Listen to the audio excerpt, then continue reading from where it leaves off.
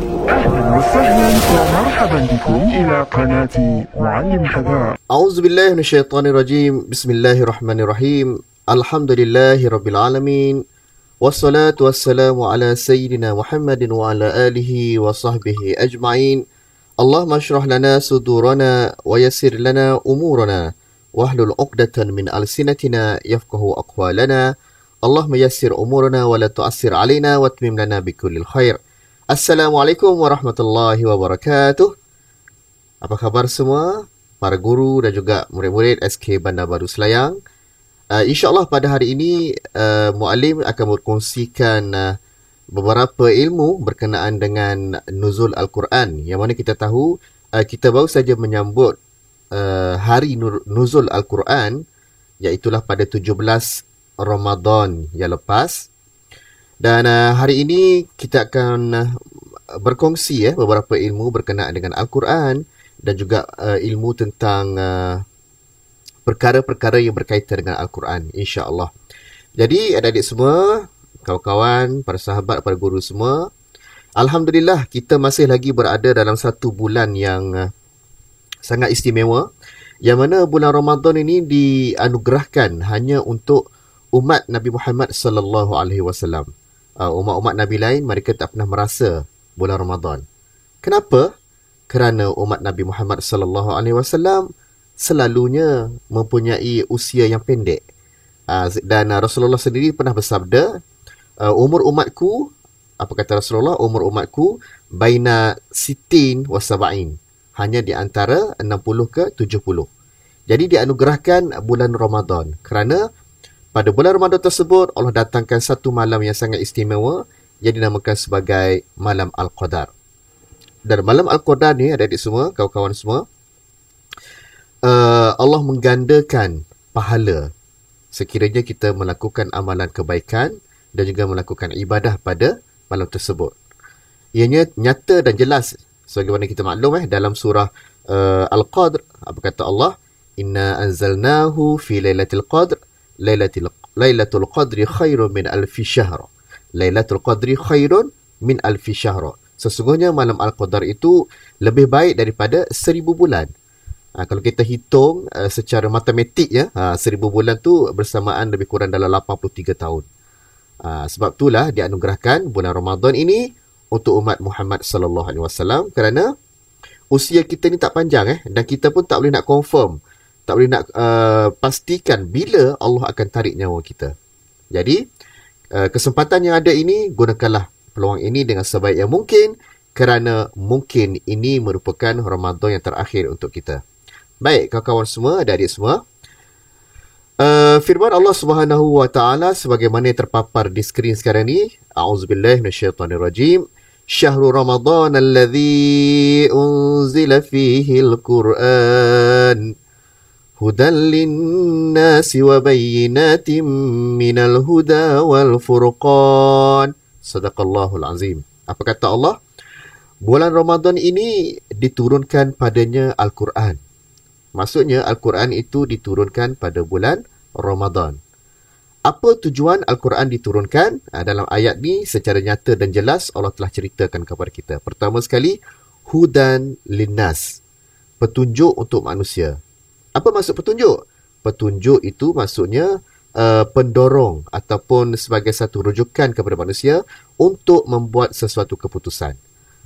Hidup kita ni kita kena sentiasa membuat keputusan. Mereka yang sentiasa membuat keputusan ialah mereka yang berjaya, dan mereka yang tidak membuat keputusan ialah mereka yang gagal. Jadi kita berdoa kepada Allah supaya kita menjadi seorang yang sentiasa membuat keputusan dan keputusan itu adalah tepat. Baik, pertama sekali hudan linnas, petunjuk untuk membuat keputusan kepada manusia.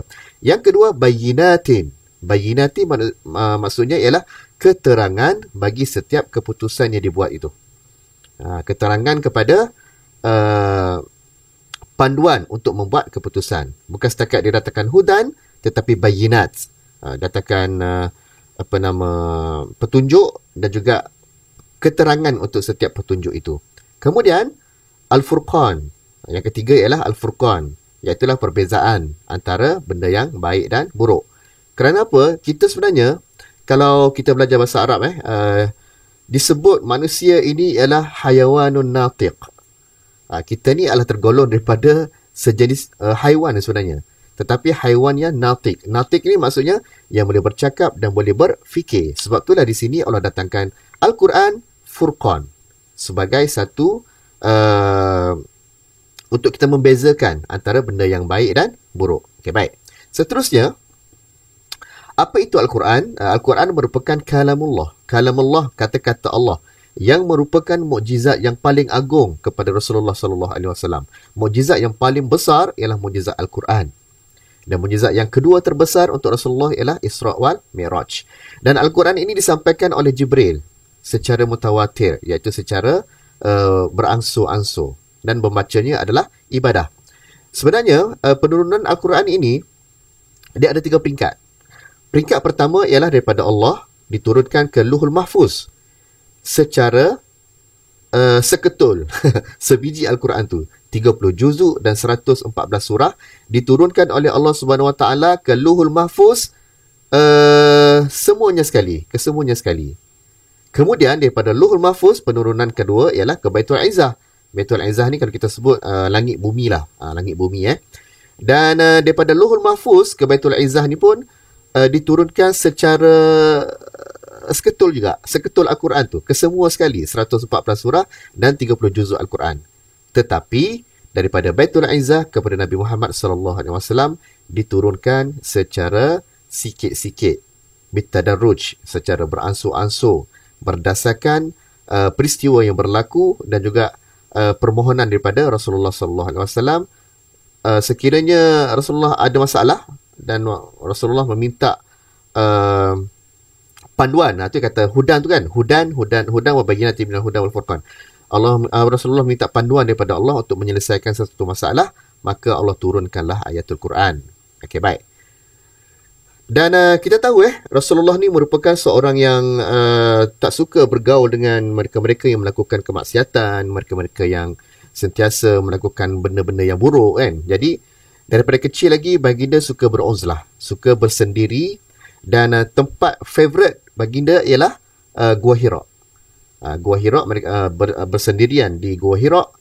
Kemudian pada satu malam tu, adik-adik semua dah tahu cerita ni datangnya malaikat Jibril dan meminta Rasulullah baca Iqra' ya Muhammad ana lastu biqari'. Ana lastu biqari'. Saya tak dapat baca. Iqra' ya Muhammad ana lastu biqari'. Iqra' ya Muhammad ana lastu biqari'. Kata Rasulullah, saya tak pandai baca. Dan kita semua tahu Rasulullah ni merupakan seorang manusia yang Allah anugerahkannya dia tak pandai baca. Tak pandai baca dan tak pandai menulis. Sebab itulah satu kelebihan apabila Allah melantik Nabi Muhammad sallallahu alaihi wasallam sebagai Rasulullah. Semua masyarakat Arab tahu Muhammad ini adalah seorang yang buta huruf. Dia tak pandai baca dan tak pandai menulis. Dan apabila datangnya Al-Quran, memang confirm Al-Quran itu datangnya daripada Allah, bukan ayat yang dicipta oleh Muhammad.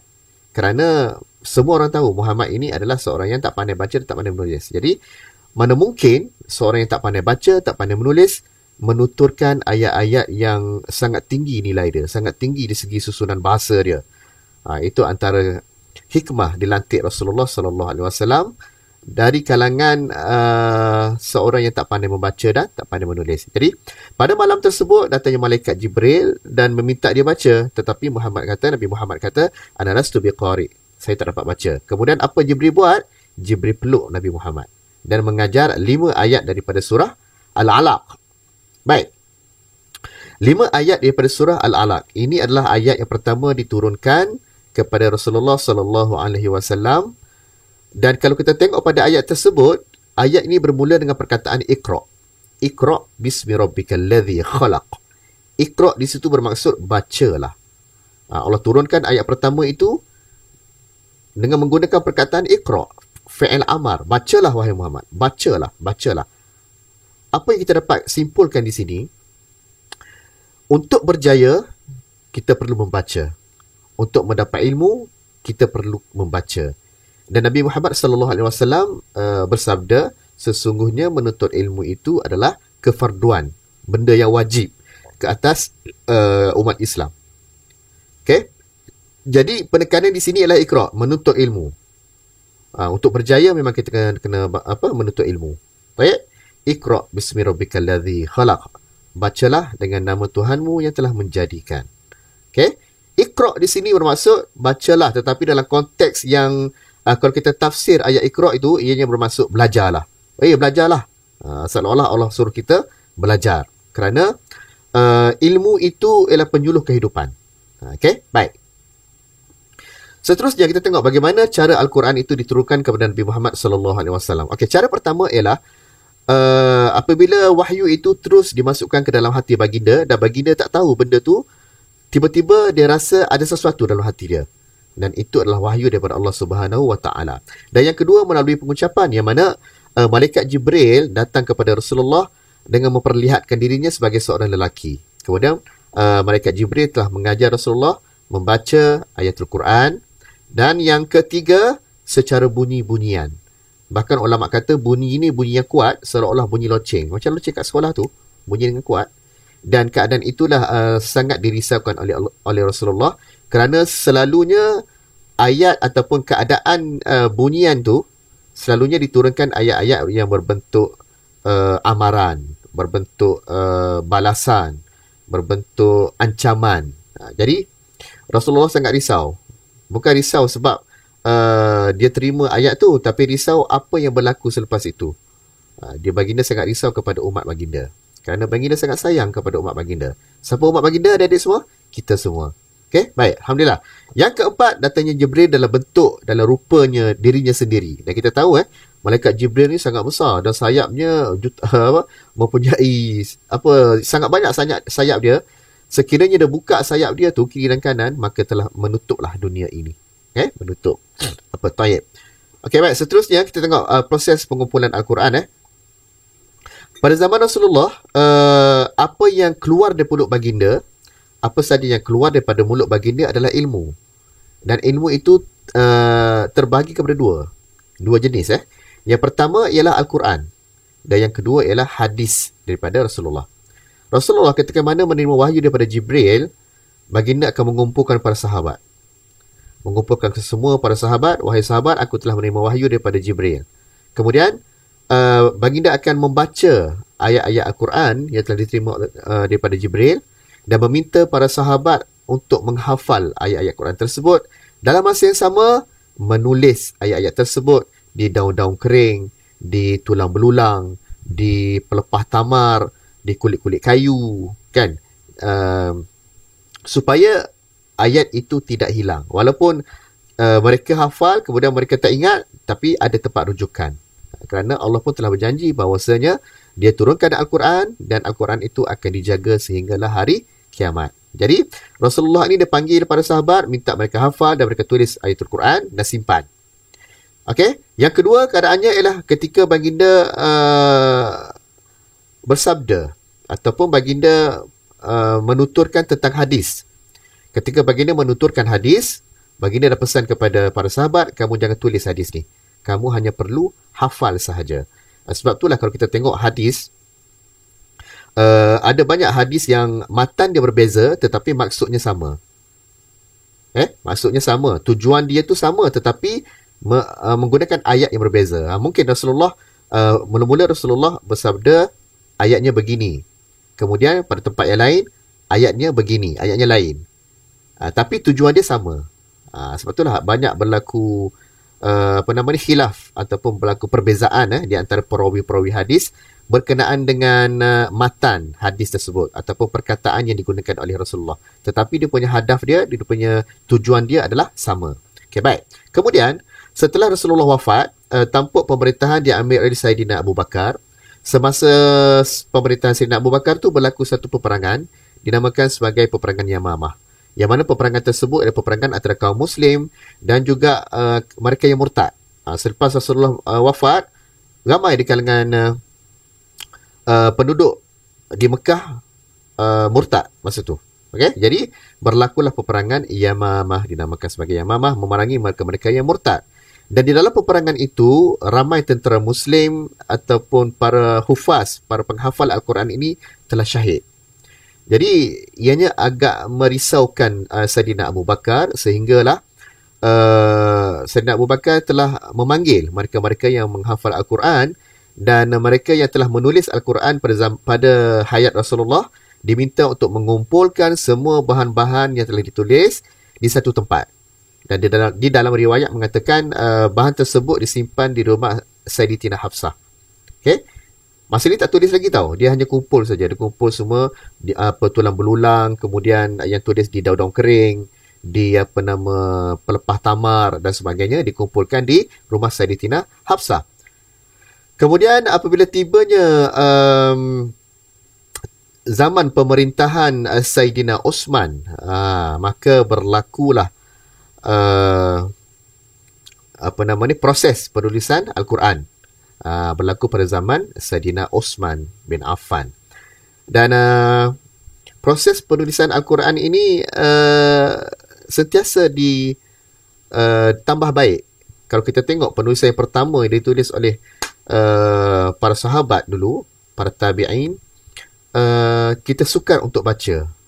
Kalau kita pergi ke Muzium Kesenian Islam kan ada dipamerkan naskah asal Al-Quran, yang mana di sana kita tengok Al-Quran, memang Al-Quran, tetapi tulisannya kita tak dapat nak baca. Sebab apa? Dia tak ada baris dan dia tak ada titik. Jadi sukar untuk kita baca. Tetapi selepas itu ianya sentiasa ditambah baik sehinggalah Al-Quran itu menjadi Al-Quran yang sangat perfect yang ada di tangan kita sekarang ni. Jadi prosesnya sangat lama. Bukan kata dia tulis hari ni esok dah siap lah. Bukan. Proses penulisan Al-Quran tu sangat lama. Okay, baik. Seterusnya, alright, apa yang ada di dalam Al-Quran? Al-Quran pertama sekali di dalamnya terdapat ayat-ayat yang berkenaan dengan akidah dan surah yang pendek tetapi mempunyai tafsiran yang sangat panjang, iaitu surah Al-Ikhlas. Kita selalu baca kan? Qul huwallahu ahad. Itu ayat yang berkaitan dengan akidah. Kemudian ada banyak lagi ayat-ayat lain yang berkaitan dengan akidah. Baik, yang kedua, akhlak. Di dalam Al-Quran terkandungnya apa dia akhlak yang baik, apa dia akhlak yang buruk, apa dia yang patut kita jauhi. Okay? Jadi, Rasulullah sentiasa beramal dengan apa yang ada di dalam Al-Quran. Termasuklah akhlak baginda. Sayyidatina Aisyah ketika mana ditanya oleh para sahabat, "Wahai Aisyah, bagaimana akhlak Rasulullah?" Dengan simple saja, dengan ringkas saja, Sayyidatina Aisyah cakap apa? Kana khuluquhul Quran. Sesungguhnya akhlak Rasulullah itu ialah Al-Quran. Segala apa yang ada dalam Al-Quran itu, itulah akhlak yang ditampilkan oleh baginda Rasulullah sallallahu alaihi wasallam. Yang ketiga adalah berkenaan dengan ibadah, tentang rukun Islam, rukun iman, tentang ibadah sunat, ibadah wajib dan sebagainya. Okay? Yang keempat, di dalamnya juga terdapat tentang hukum-hukum. Sekiranya kita buat macam ni, hukum dia apa? Kita buat macam tu, hukum dia apa? Terkandung segala-galanya di dalam Al-Quran dan seterusnya peringatan. Kalau kita buat benda yang baik, maka Allah balas dengan kebaikan. Sekiranya kita tinggalkan solat, apa balasan dia? Semuanya diceritakan di dalam Al-Quran. Sekiranya kita meninggalkan amalan-amalan wajib, apa balasan dia? Dan seterusnya sejarah ataupun kisah. Kita boleh baca contohnya kisah Ashabul Kahfi, kisah Luqman Al-Hakim, kisah Nabi Musa, kan? Kisah Nabi Isa, kisah Sayyidatina Maryam dan sebagainya. Semuanya terkandung di dalam Al-Quran. Jadi, kandungan Al-Quran secara asasnya ada 6 perkara ini. Dan daripada 6 perkara ini, dia ada banyak lagi cabang-cabang dia. Okay? Jadi, muallim cadangkan adik-adik semua supaya membeli Al-Quran yang ada terjemahan perkata. Supaya kita dapat baca apakah maksud ayat-ayat tersebut. Bukan setakat kita baca Al-Quran, bahkan kita dapat tahu ayat tersebut berbicara tentang apa. Jadi sangat bagus Al-Quran perkata itu sangat bagus kerana dalam masa yang sama kita boleh memperbanyakkan lagi perkataan di dalam bahasa Arab. So dia akan jadi 2 dalam 1 lah. Belajar bahasa Arab dalam masa yang sama kita dapat tahu maksud Al-Quran. Dan sabda Rasulullah sallallahu alaihi wasallam, khairukum man ta'allama al-Quran wa 'allamahu. Khairukum man ta'allama al-Quran wa 'allamahu. Sebaik-baik di kalangan kamu ialah mereka yang belajar Al-Quran, bukan setakat belajar, bahkan dia ajar orang lain pula tentang Al-Quran. Yang inilah kita punya impian kita. Kita nak pandai Al-Quran, dalam masa yang sama kita nak ajar orang lain supaya pandai juga Al-Quran. Dan apa yang berlaku di sekeliling kita ialah ramai di kalangan kawan-kawan kita yang bila mereka tak pandai baca Quran, mereka rasa macam malu. Contohnya kita ajak dia, okay bro, jom kita pergi bertadarus Al-Quran sama-sama. Dia rasa macam rendah diri. Sebab apa? Mungkin bacaannya tak lancar. Mungkin bacaan dia tersekat-sekat. Tetapi sebenarnya, apa kata Rasulullah? Mereka yang mahir membaca Al-Quran ialah mereka yang akan bersama dengan para malaikat. Dan mereka yang membaca Al-Quran secara tersekat-sekat, kerana mungkin dia susah nak baca Al-Quran tu, maka dia akan dapat 2 pahala. Pertama sekali, pahala membaca Al-Quran. Yang kedua, pahala dia struggle tu. Dia berjuang tu untuk membaca Al-Quran tu. Jadi untung sebenarnya mereka-mereka yang membaca Al-Quran yang tak lancar ni. Okay? Tapi kena tanam dalam diri kita, bukan tak lancar selamanya lah. Okay, mungkin hari ni kita tak lancar. Mungkin Ramadan tahun depan kita akan bertambah lancar. Kita akan sentiasa memperbaiki kita punya mutu bacaan Al-Quran. Okay? Jadi jangan risau, mereka-mereka yang membaca Al-Quran secara tersekat-sekat dan tak lancar, jangan risau. Teruskan belajar Al-Quran kerana Allah telah sediakan pahala kepada mereka yang membaca Al-Quran dan struggle ataupun berjihad berjihad untuk membaca Al-Quran kerana kesukaran untuk mereka membaca Al-Quran tu, Allah sediakan pahala yang sangat banyak. Okay, jadi gunakan peluang yang ada ini, insyaAllah.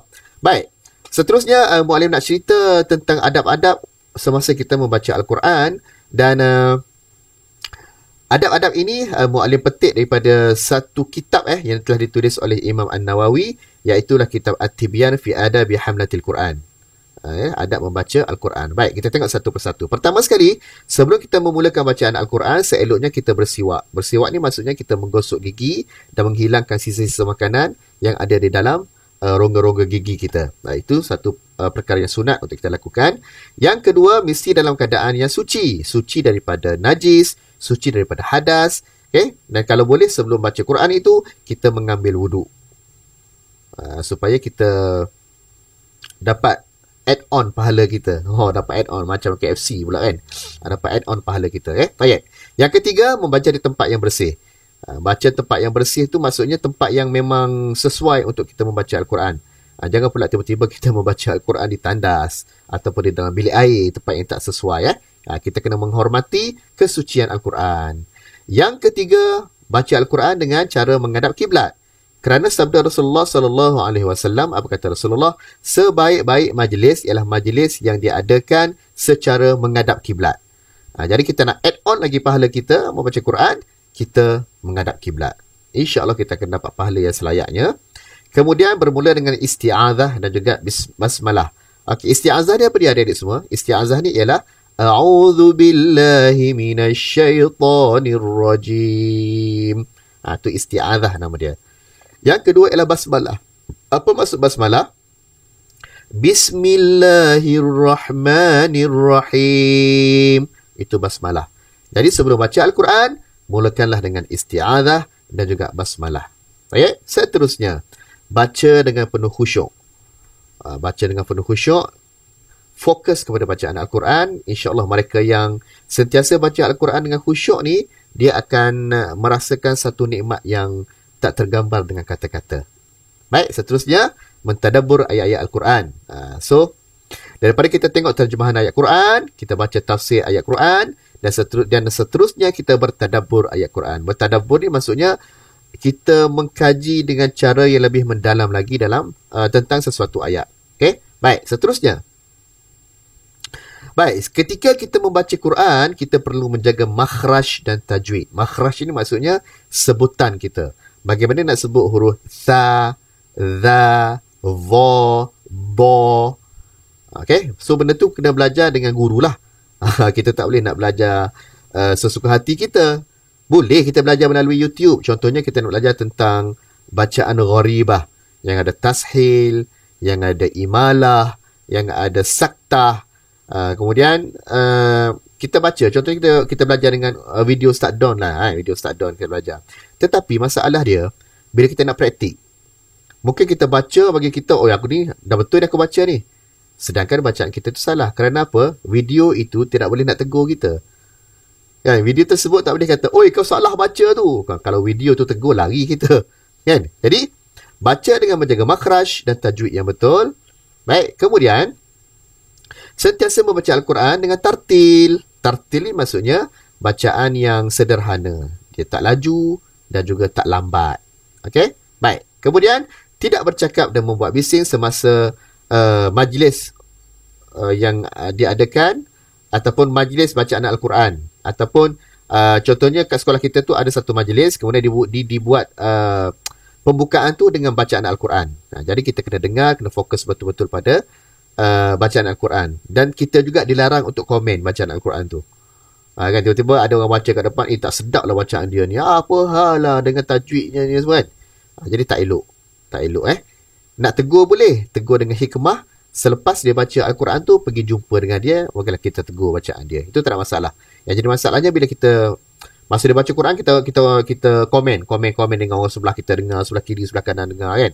Itu satu benda yang tak baik lah. Okay, baik. Kemudian, membaca mengikut urutan mazhaf. Okay, baik. Adik-adik semua, pada asalnya Al-Quran itu diturunkan kepada Rasulullah SAW secara berkecamuk. Berkecamuk ni maksudnya dia tak ikut susunan yang seperti mana kita dapat sekarang ni.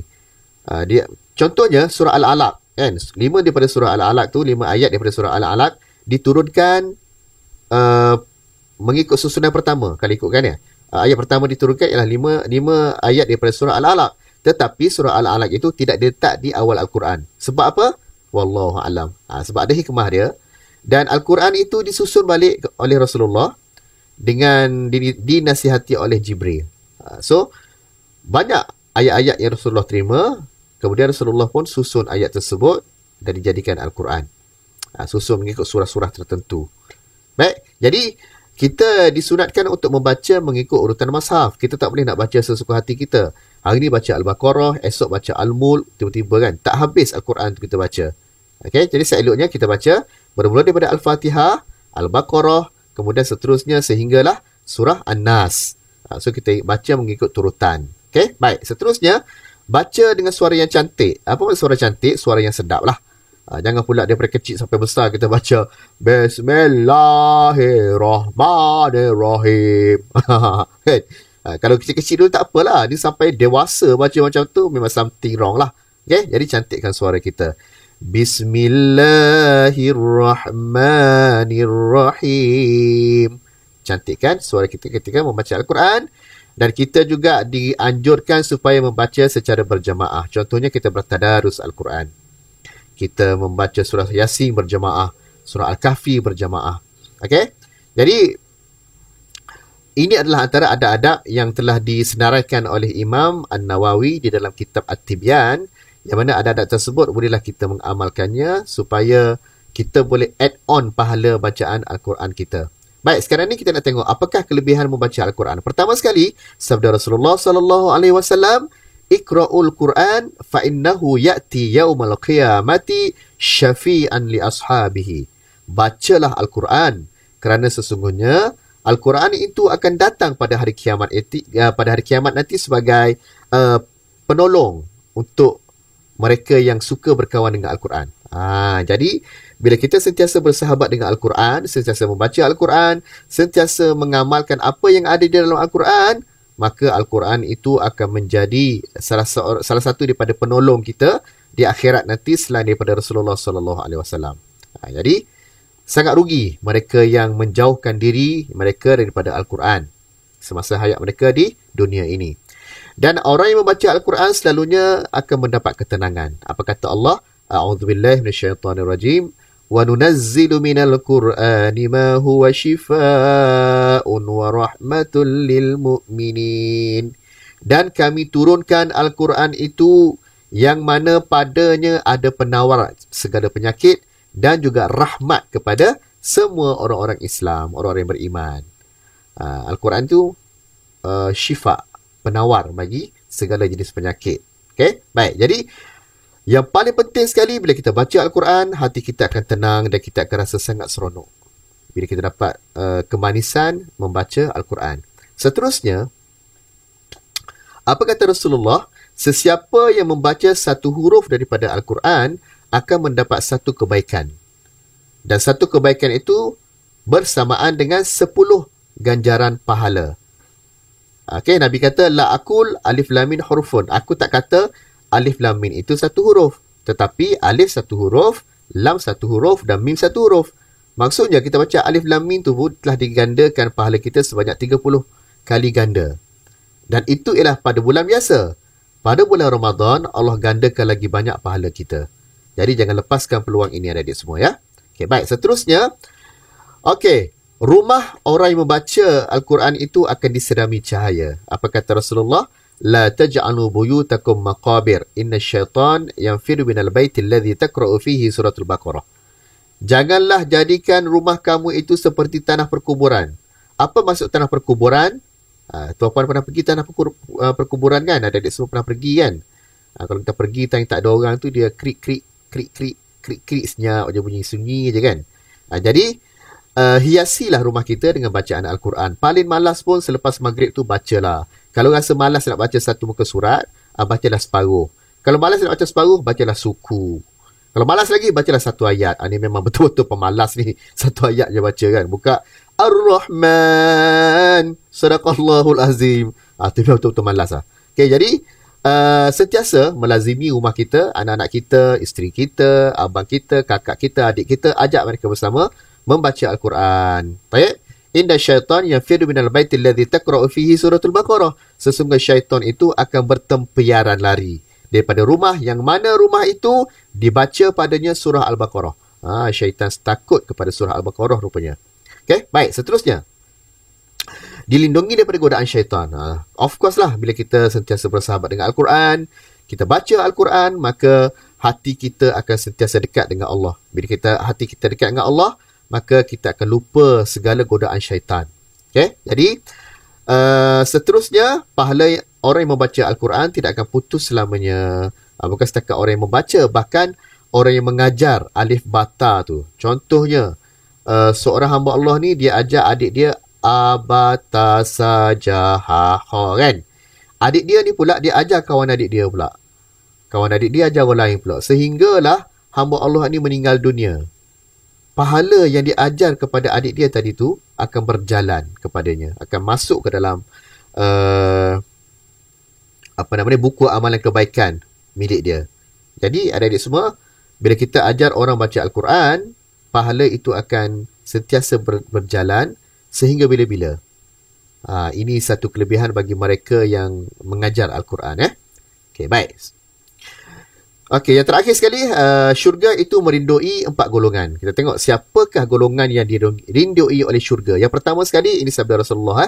Yang pertama sekali, mereka yang mengamalkan Al-Quran. Berada pada ranking yang pertama. Syurga merindui mereka yang mengamalkan Al-Quran. Bukan setakat baca Al-Quran, bahkan dia mengamalkan apa yang ada di dalam Al-Quran. Dan yang kedua, mereka yang memberi makan kepada orang yang lapar. Yang ketiga, mereka yang sentiasa menjaga mulut, tidak menuturkan kata-kata yang tak elok, tidak menabur fitnah, tidak mengucap benda-benda yang kurang enak didengar, tidak melemparkan tuduhan sewenang-wenangnya. Okey, jadi syurga merindui mereka yang sebegitu. Baik, kemudian mereka yang berpuasa. Okey, jadi kita berdoalah banyak-banyak daripada Allah Subhanahu Wa Taala supaya kita dimasukkan di golongan mereka-mereka yang dirindui oleh syurga Allah Subhanahu Wa Taala. Sampai di sini saja perkongsian Muallim pada hari ini. Muallim mohon beribu kemaafan seandainya ada tersilap bicara, tersalah kata, dan Muallim doakan supaya anak-anak semua, adik-adik semua, ibu bapa yang menonton, juga kepada guru-guru, supaya